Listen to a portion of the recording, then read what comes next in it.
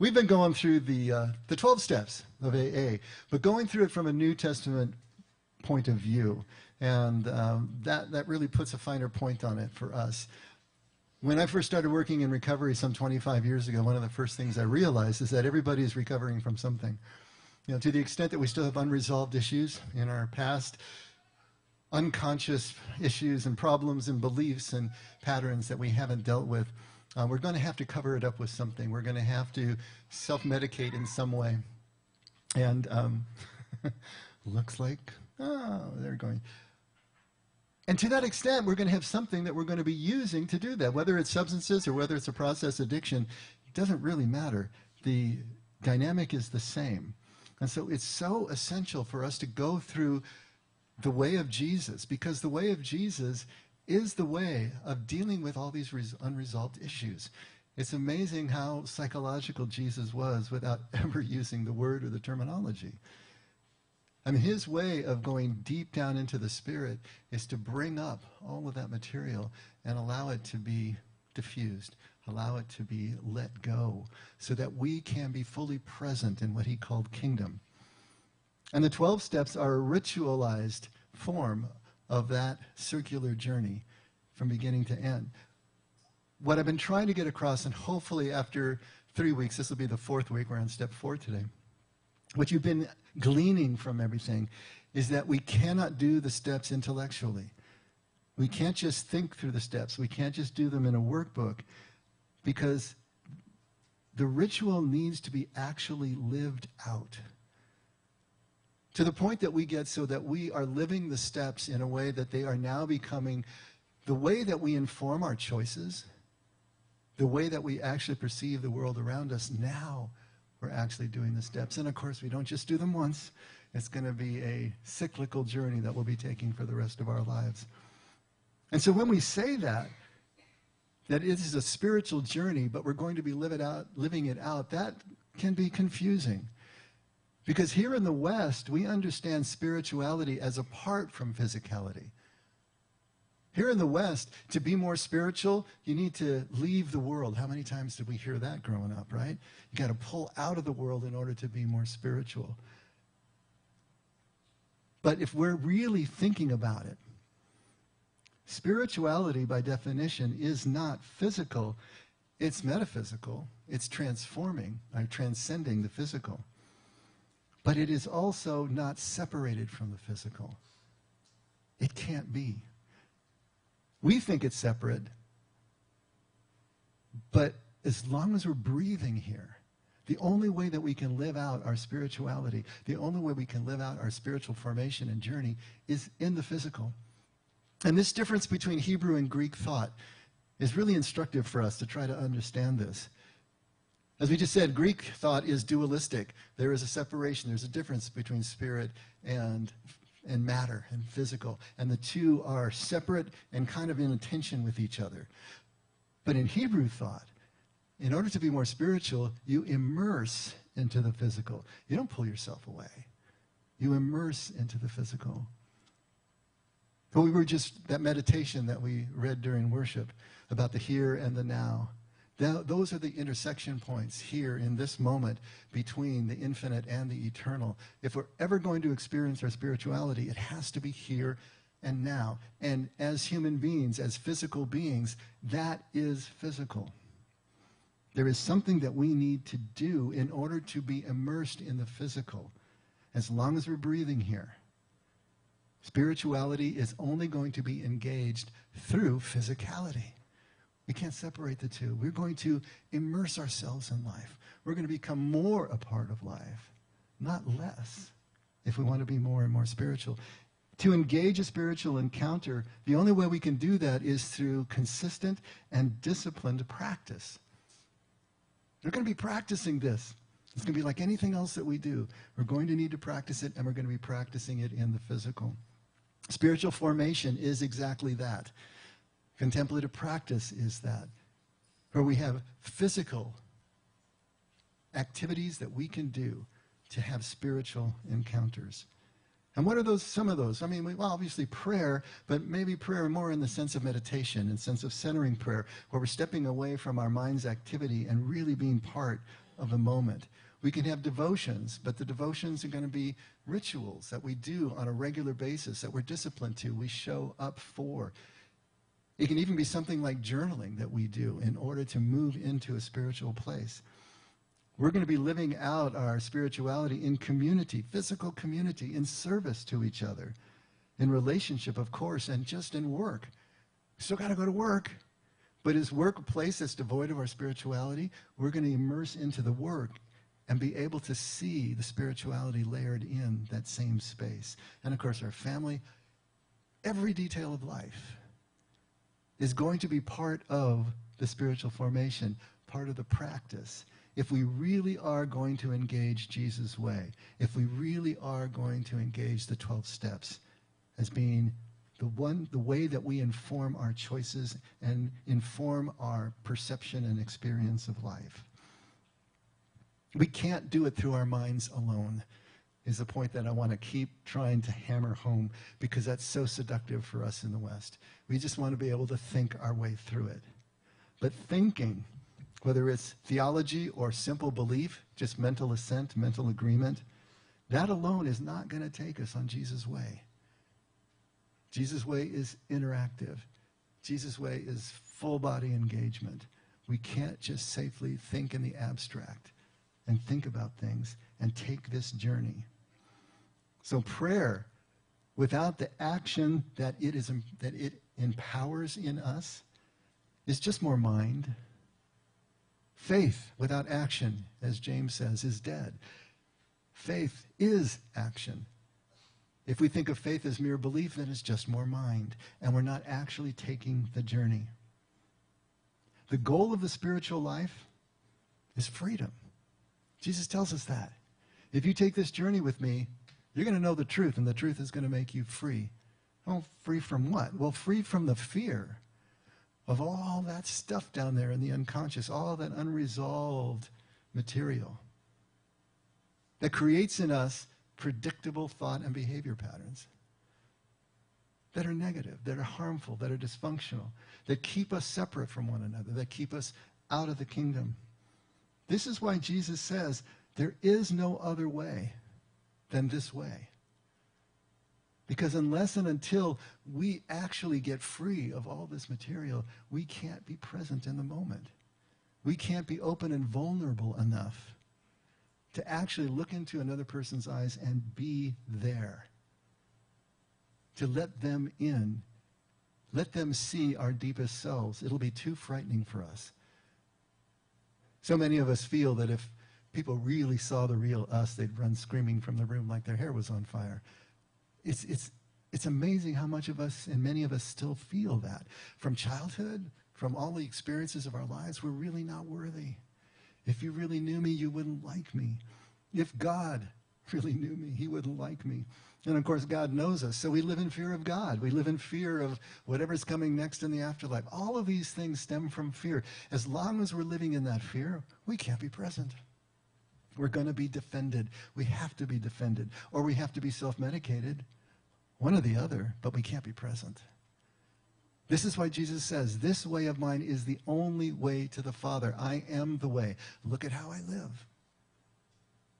Look at what I do. Look at how I love. This is the only way that you can be fully present to presence, both unseen and seen at the same time. This is the goal. This is what we're trying to accomplish. We want to get to trust. When we get to trust, then we feel the fear and the anxiety start to dissipate. Because trust and anxiety are inversely proportional. As one goes up, the other goes down. But the trick with trust is that it's experiential. You have to experience it, which means you have to live it, which means you have to risk something in the process of finding something or someone else trustworthy. It's the only way that it works. Jesus knows this. This is what he's trying to get across to us. It must be physically lived out. This spirituality, this journey we're talking about, must be physically lived out. I had a counseling client, actually a spiritual direction client, really, really wanted to progress spiritually. He was disciplined to coming to church. He was disciplined to coming to our sessions. All that was great. He was doing his duty.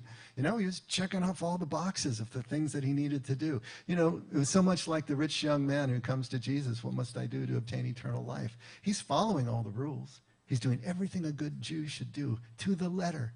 And Jesus sees his sincerity and loves him for it, the verse tells us. But there's one thing you lack. Sell everything you got. Let go of what you're clinging to. Let go of what you think is your salvation that keeps you in control. And that's the key.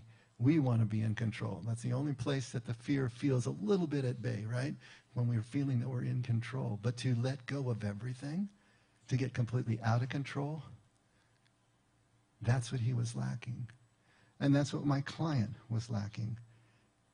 He really wasn't doing anything on his own. He really wasn't doing anything that nobody else would ever see.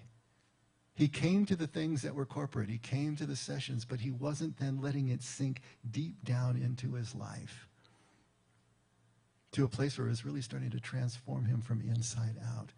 It's a whole different aspect of our spirituality. As important as what we do in community is, corporately is, what we do in the unseen areas, in that prayer closet that Jesus talks about, where God who is in secret sees what we do in secret, who already knows what we need before we ask, so we don't need to use words. What happens in there is the crux of it all. And then we bring that to our gatherings, rather than expect to somehow suck it vampire-like out of the gatherings. It just doesn't work that way. We bring what we have to the gatherings. And so he wasn't making the progress he wanted to make. Fish swim, writers write, golfers golf, musicians play, right? And we do what we do. And if we haven't gotten to the point where we just, and surfers surf, yes, until we haven't gotten to the point where that just flows out of us, then we haven't gotten to this place Jesus calls kingdom. If it's still a duty, if it's something we think we're obligated to do, and maybe if we do this and do it well enough, then God is going to give us admission at some point. No, we already have admission. We got the winning lottery ticket in our back pocket at all times. But we won't know it, we won't live it, we won't realize it until we finally become present to it.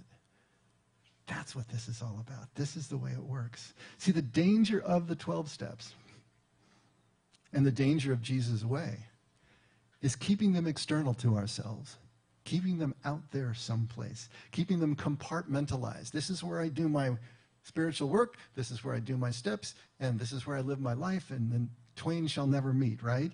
It's a list to check off. It's something that's still in the mind. It's intellectual. We understand what we're doing, but we're not really living it. But what the steps are doing is delineating this passage. It's giving us actual road markers along the way, things that we can do. But if we're just checking off boxes, it's not going to have any effect. We need to actually let it permeate down into the water table, our spiritual water table. How's that for a metaphor, huh? We talked about the steps and the shape of them, the first 3 steps, and there's a middle, first, beginning, and middle, the 3 stages of the rite of passage. First, the separation from the world that we knew. The first 3 steps will do that for us. The first 3 steps are going to separate us from the illusions that we had of ourselves, to admit that we are powerless, to come to believe that there is a power greater than ourselves that can return us to sanity, to give our life and our will over to that greater power. That's what separates us from the world that we knew before, the one that was comfortable enough, where we felt in control enough that we could kind of keep the fear at bay. But until we break that down and separate from that way of living, then we can't move into the transition, the middle part of the rite of passage.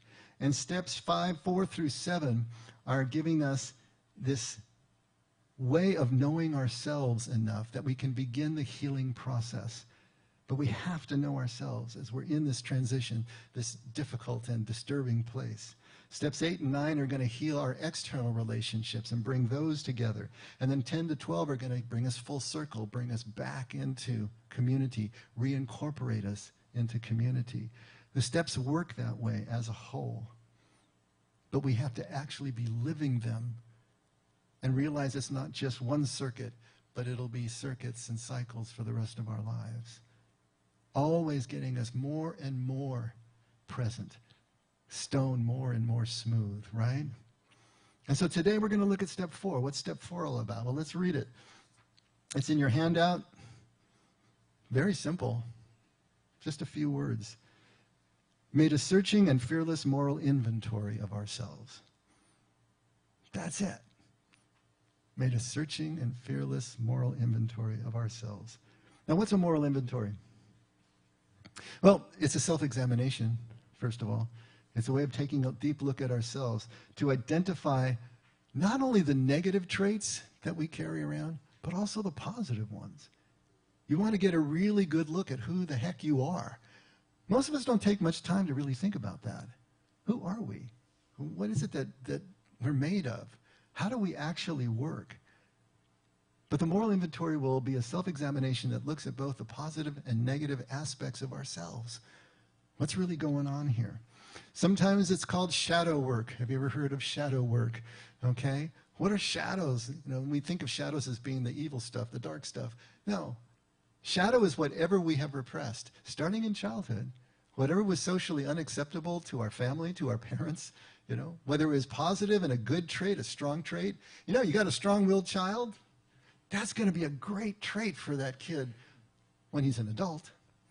Not so much for mom and dad right now. And so that child is going to find out, hey, when I really assert myself, it doesn't go over so well. I'm going to put that down, and I'm going to present to mom and dad what I get candy bars for. So that positive and the negative stuff as well, that is socially unacceptable, all of that gets repressed. That's our shadow. Shadow work is reintegrating the whole person, bringing everything back up, owning it all, and then finding acceptable ways to dissipate that negative energy that's always harmful to relationships. But then being able to reincorporate the positive stuff that maybe has laid latent in your life for decades. You weren't able to access it because you thought it's supposed to be in the shadow. So this moral inventory is a process of doing the shadow work. It's bringing all of that up, really looking at who you are, what makes up your whole being. And of course, the focus is going to be on the negative stuff because that's the stuff that's causing you problems.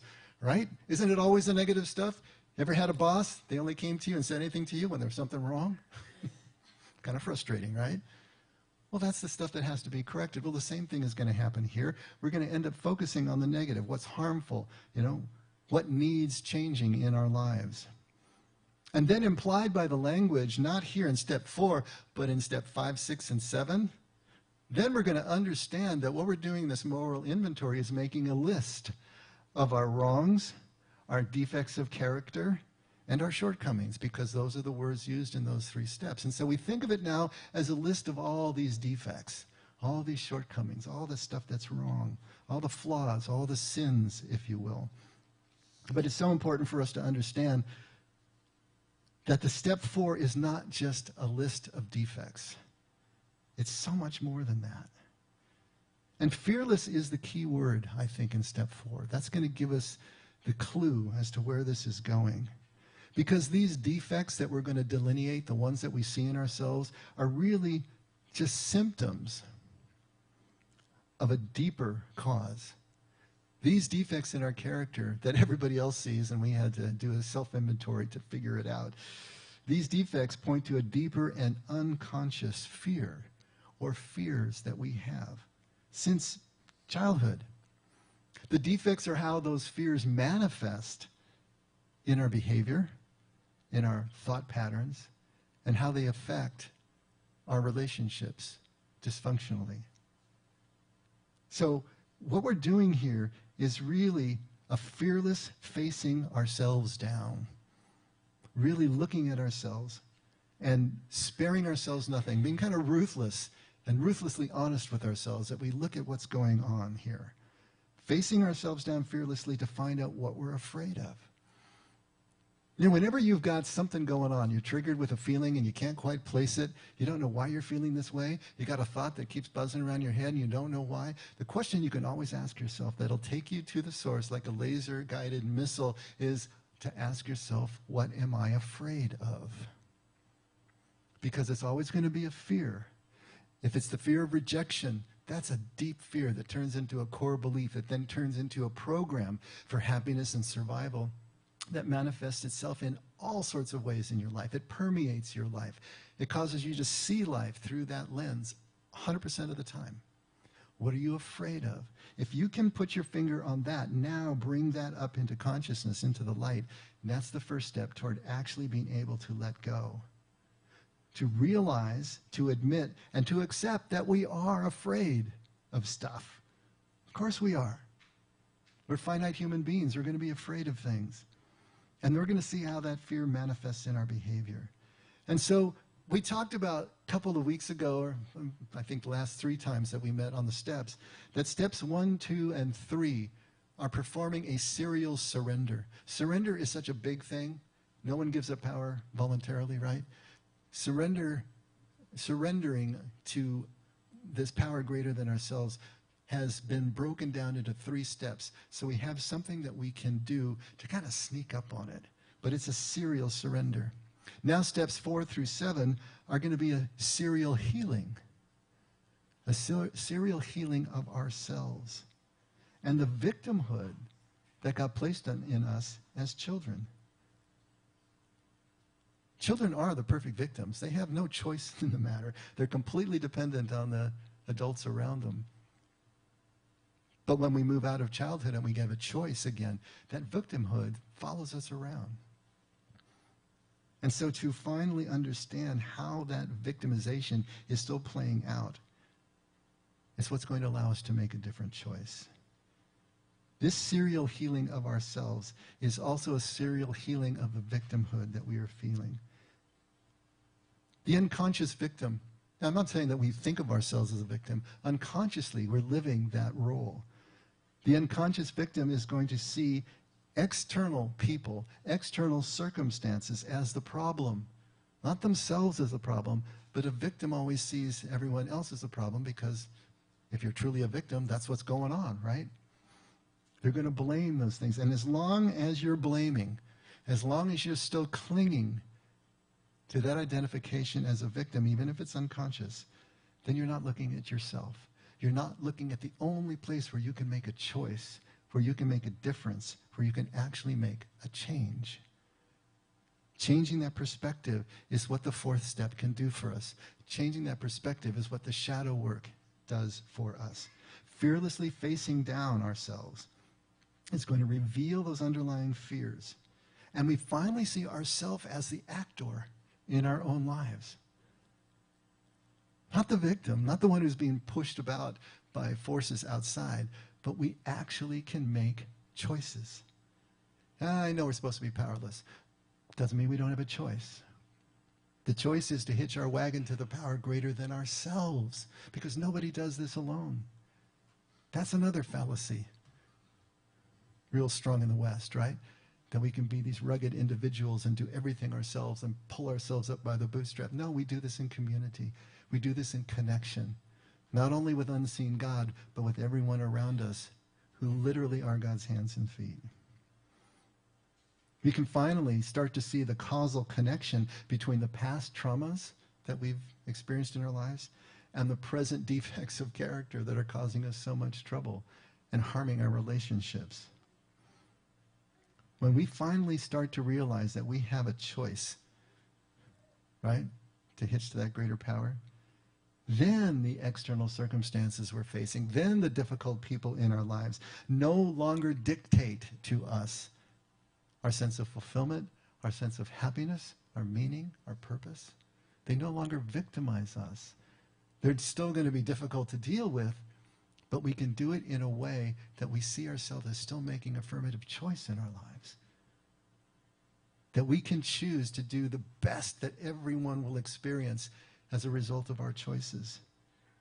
That's what this is all about. Jesus is always telling us the solution to everything that you're looking for is not out there someplace. Take a look at Luke 17, verse 20. Now, having been questioned by the Pharisees as to when the kingdom of God was coming, he answered them and said, the kingdom of God is not coming with signs to be observed, nor will they say, look, here it is, or there it is. For behold, the kingdom of God is within you. I know the NASB says in your midst. The word entos there in Greek means in your midst, within, and among, all at the same time. It's an all-purpose preposition. You can use it wherever you like. But he's saying the kingdom is within. You're not going to find it out there. Kingdom, connection, awareness, fulfillment. It's not external. It's not out there someplace. It's within. Jesus is giving us the direction in which we are to look if we want to follow him to the only way that we can reconnect with our God, the only way that we can reconnect with everything that is experienced in our lives. He's putting an X over our treasure map where the treasure actually is, so we're not just digging holes. We can actually get where we want to go. This is Jesus showing us exactly where to look. See, we're really going to make this fourth step when we face our fears, not just once, but in living cycles and layers, as we've been talking. And we have to know ourselves. If we're going to take this journey, we must know ourselves, both the shadow and the light. And if you don't know, if someone asks you, who are you? If someone asks you, what is your purpose here? What's the meaning that you're finding in this life, and you don't know, then you can't heal. You can't change until you get the first inklings of what this is all about.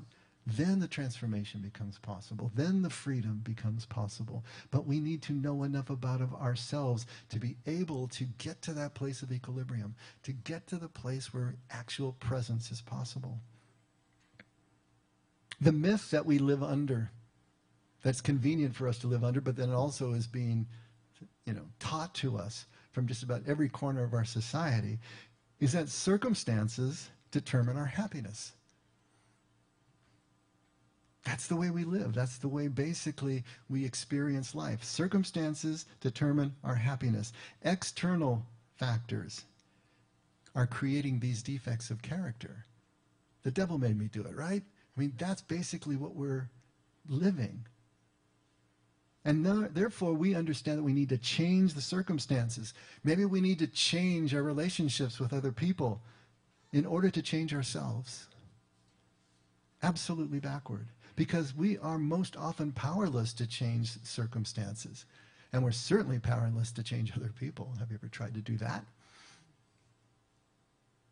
So we've got it back to front.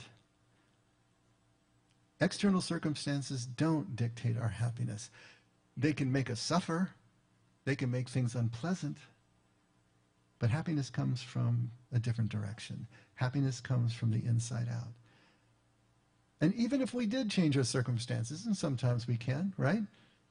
We ourselves are going to remain unchanged, even in the face of those changed circumstances, until or unless we actually face our fears. See ourselves as we really are. That's what this is all about. That's what step 4 is all about, to see ourselves as we really are. This idea of needing to change our circumstances in order to change ourselves, change our circumstances in order to be happy, to find our meaning and purpose and fulfillment of life. I want to try to illustrate for you a scenario, a scene here, and see if we can start to dispel that notion in our head. Even if you're agreeing with me mentally, down deep, it's really hard to purge that idea that our circumstances are doing this to us. I want to take you back to 1939 and 1940 in Poland, to the Warsaw Ghetto. I don't know how many of you are familiar with the Warsaw Ghetto, but if you can imagine, in 1939 is when the Nazis and then eventually Germany and Russia invaded Poland from the east and the west. And when they did so, the Germans, their idea was they needed to exterminate the Jews. The Poles were also considered second-class citizens, but the Jews were the bottom of the bunch. And so initially what happened is that the Jews were completely stripped of all their rights. They had no rights anymore in their society. And then in 1940, they were rounded up and they were concentrated into what was called the Ghetto. And they actually took a section of the city and walled it off, and all the Jews were forced to live in that section of the city. And then, of course, the final solution was to take them to the death camps and have them killed. But this is a process that was taking place over about a 3-year period in Poland and other places, obviously, in Western Europe. But you've got this walled-off section of Warsaw in which, at the height, over 460,000 Jews, 30% of the population, was forced to live in 2.4% of the actual space of the city. We're talking about 1.3 square miles.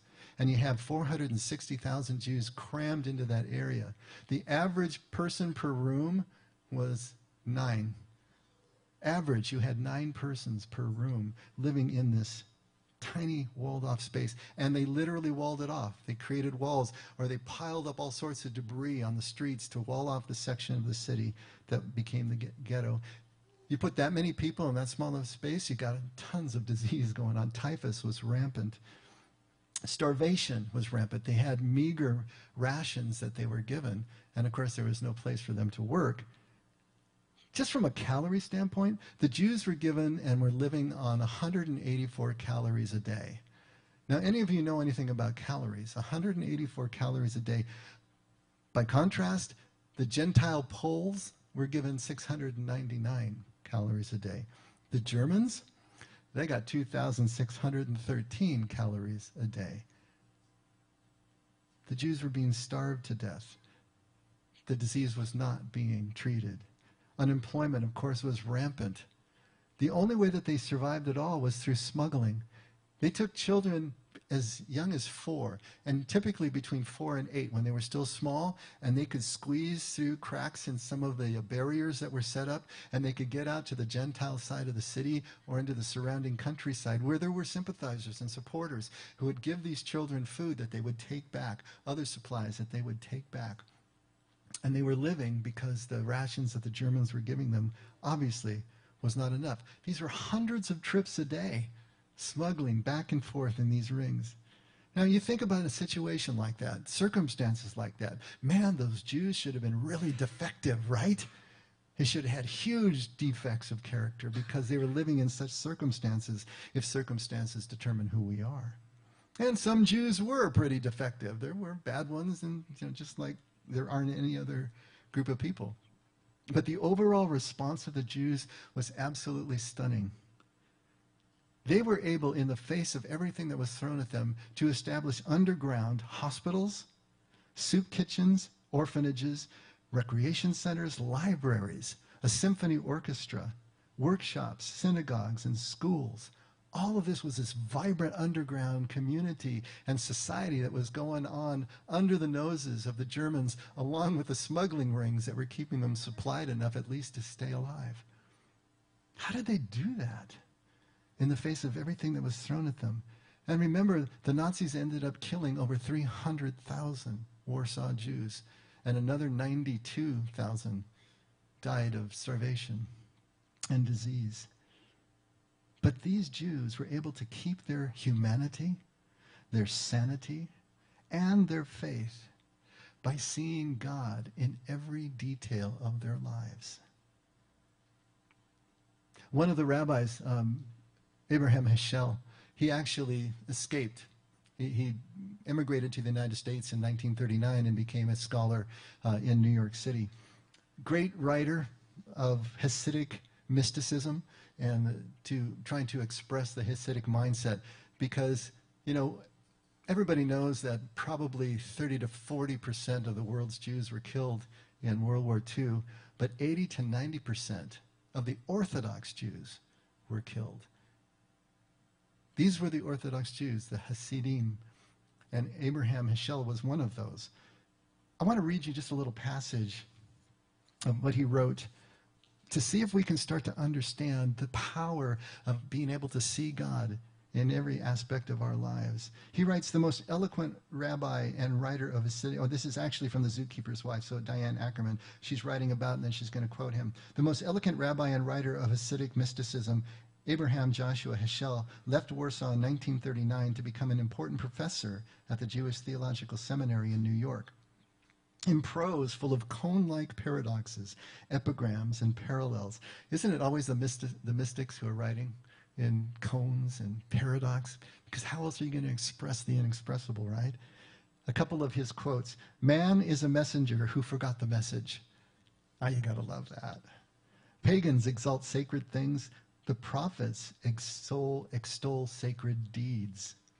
The search of reason ends at the shore of the known. The stone is broken, but the words are alive. To be human is to be a problem, and the problem expresses itself in anguish. He felt loyal to the presence of the ultimate in the commonplace, loyal to the presence of the ultimate in the commonplace, and that it's in doing the finite we may perceive the infinite. I have one talent, he wrote, and that is the capacity to be tremendously surprised. Surprised at life, at ideas. This is to me the supreme Hasidic imperative. Don't be old, don't be stale. I love that. The etymology of the Hebrew word for prophet, navi, combines three processes. Navach, to cry out, nava, to gush or flow, and navuv, to be hollow. The task of this meditation, the task of this type of prayer, was to open the heart, to unclog the channel between the infinite and the mortal, and rise into a state of rapture known as mochin gadlut, or the great mind. I love this. Any of you who have studied Brother Lawrence are probably seeing the parallels here, right? Remember Brother Lawrence? 16th century French Carmelite monk who was just a poor, uneducated, peasant who entered the monastery. And since he was not educated, they stuck him in the kitchen. Not happy being in the kitchen. He wanted to do monk stuff. It's not what he signed up for. And it took him 10 long years of showing up to the discipline and doing what he did to finally get to the point where he realized God was just as present in the kitchen as he was in the chapel. In fact, for him more so, because that's where he had a function. That's where he served his fellows. And he didn't need anything else. He finally quit all forms of devotion except those that were obligated by the rule of his house, because he was getting everything he needed just from practicing presence. He writes this: "We ought not to be weary of doing little things for the love of God, who regards not the greatness of the work, but the love with which it is performed." Our sanctification does not depend upon our changing our works. Did you get that? Our sanctification does not depend upon our changing our works, but upon doing that for God's sake, which we commonly do for our own. There is not in the world a kind of life more sweet and delightful than that of a continual walk with God. Those only can comprehend it who practice and experience it. There it is, the divine, the sacred in the midst of the physical daily tasks of mundane life. Nothing else you need to do. In another quote, he says, we think we have to come and invent all these great ways of coming at God. It's not so. Just do what you do all day long. Just do that. But with the awareness of God's presence, and everything changes. It's the same message that Heschel was giving us. This realization of the necessity of immersing in every detail of life. That we are going to find ourselves and know ourselves through a connection to life. Not just by navel gazing, but by moving outward and connecting life, finding the sacred in the simplicity of each moment. And that takes us to another rabbi who was the spiritual head of the ghetto. He's Rabbi Kalonymus Kalman Shapira. He was the head of he was living in the ghetto, and he lived in the ghetto until it was finally disbanded in 1943. And then he, along with whoever was left, was shipped off to concentration camps. And he had an opportunity. He was given an opportunity to escape the concentration camp to the west. And he turned it down. He chose to stay with his fellows, and he was executed there. But before he died and he saw this coming, he had written a book, and he had written messages and sermons and everything that he had done through the years. And he had them secreted away in metal milk cans that they buried. And they were found after the war. And so his book survives. And he has some wonderful things to say. Take a listen to this. This is again from The Zookeeper's Wife. The weak, sick, exhausted, hungry, tortured, and insane all came to Rabbi Shapira for spiritual nourishment. which he combined with leadership and soup kitchens. Work, right? Actual physical work. How did he manage such feats of compassion while staying sane and creative? By stilling the mind and communing with nature. He writes, one hears the teaching's voice from the world as a whole, from the chirping of the birds, the mooing of the cows, from the voices and tumult of human beings. From all these, one hears the voice of God. All our senses feed the brain, and if it diets mainly on cruelty and suffering, how can it remain healthy? Change that diet on purpose. Train mentally to refocus the mind, and one nourishes the brain. Rabbi Shapiro's message was that even in the ghetto, common people could temper their suffering in this way, not just monks or ascetics or rabbis. It's especially poignant that he chose for meditative practice the beauty of nature, because for most people in the ghetto, nature lived only in memory. No parks, birds, or greenery existed in the ghetto, and they suffered the loss of nature like a phantom limb pain, an amputation that scrambled the body's rhythms, starved the senses, and made basic ideas about the world impossible for children to fathom. As one ghetto inhabitant wrote, in the ghetto, a mother is trying to explain to her child the concept of distance. Distance, she says, is more than just Lesno Street. It's an open field. And a field is a large area where the grass grows, or ears of corn. And when one is standing in its midst, one does not see its beginning or its end. Distance is so large and open and empty that the sky and the earth meet there. Shapiro writes, before annihilation comes an exile from nature. Before annihilation, there is an exile from nature. And then only through wonder and transcendence, the ghetto rabbi taught, one may combat the psychic disintegration of everyday life. He was trying to bring the people back through their connection with life as it is, the connection of the beauty that they could create, but also the physical beauty around them, even in a horrific circumstance. To mindfully come back into contact with this unseen life, beyond circumstance, making new choice to change inwardly, even while the outward remains the same. How are we supposed to begin to do that? How do we do that? Shapiro writes this. The ideal way that Shapiro taught was to witness one's thoughts to correct negative habits and character traits. To witness one's thoughts. Pay attention to how we think to correct negative habits and character traits. A thought observed will start to weaken, especially negative thoughts, which he advised students not to enter into, but to examine dispassionately. Hey, that's getting pretty close to the fourth step right there, right? See how all this is connecting up? If they sat on the bank watching their stream of thoughts flow by without being swept away by them, they might achieve a form of meditation, silencing the conscious mind.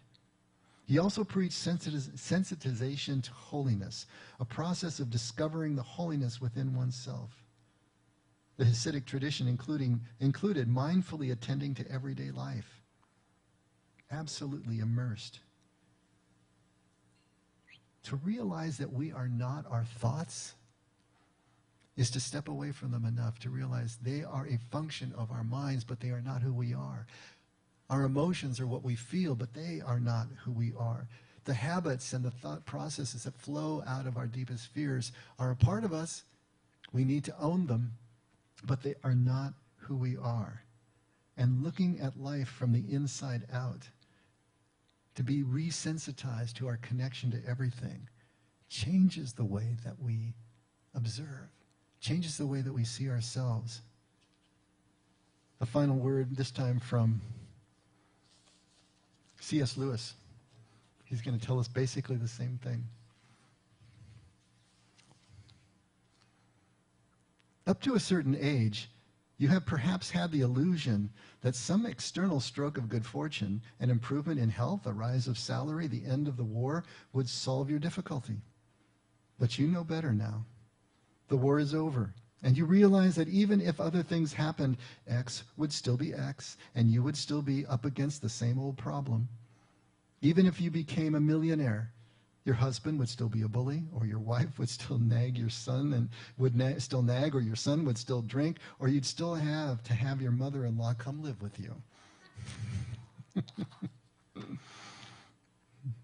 You see clearly enough that nothing, not even God, with all his power, can make X really happy as long as X remains envious, self-centered, and spiteful. Be sure there is something inside you which, unless it is altered, will put it out of God's power to prevent your being eternally miserable.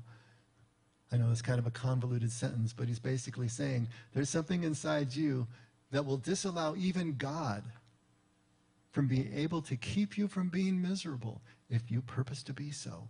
If you see yourself as that victim, if you do not know yourself well enough to expiate those fears that are creating this domino effect of everything that's going on in your life that's negative. While that something remains, there can be no heaven for you, just as there can be no sweet smells for a man with a cold in the nose and no music for a man who is deaf. It is not a question of God sending us to hell. In each of us there is something growing up which will of itself be hell, unless it is nipped in the bud. The matter is serious. Let us put ourselves in his hands at once, this very day, this hour. You see, without an awareness of our defects, without an awareness of our own fatal flaws, we're always going to be a victim of others and a victim of circumstance. And if we're a victim, we have no responsibility or possibility of change. That's really comfortable when you think about it. That's why it's kind of comfortable to keep that blanket of victimization around us. It's familiar. But what it does, it allows us to live in the ghetto, in our own personal ghetto, in our own personal hell for as long as we wish. We can leave any time we wish, but only when we break the unconscious hold that this material has on us. And so, coming full circle now, kind of putting it all together. The fourth step is not just a list. It can't just be a list, or it's not going to have any effect on us. It's a fearless peering into ourselves to see the truth of ourselves. It's not done intellectually, and it's certainly not done all at once. It's going to be a lifelong process that we are embarking. Intentional, conscious raising of awareness, of starting to know ourselves. Now, we can start intellectually. It's not that we don't think through the steps. It's not that we don't make that list of our moral inventory. And it's not that we don't use a workbook to help us be able to put all this together. All that is helpful at the beginning because it's helping us to start the process of having this fearless look actually take place at our personal dysfunction, at our defects, at the fears that underlie all that. But even as we do that work, we need to keep the deeper understanding that the defects are just surface symptoms of those deeper fears, those unresolved issues in our lives.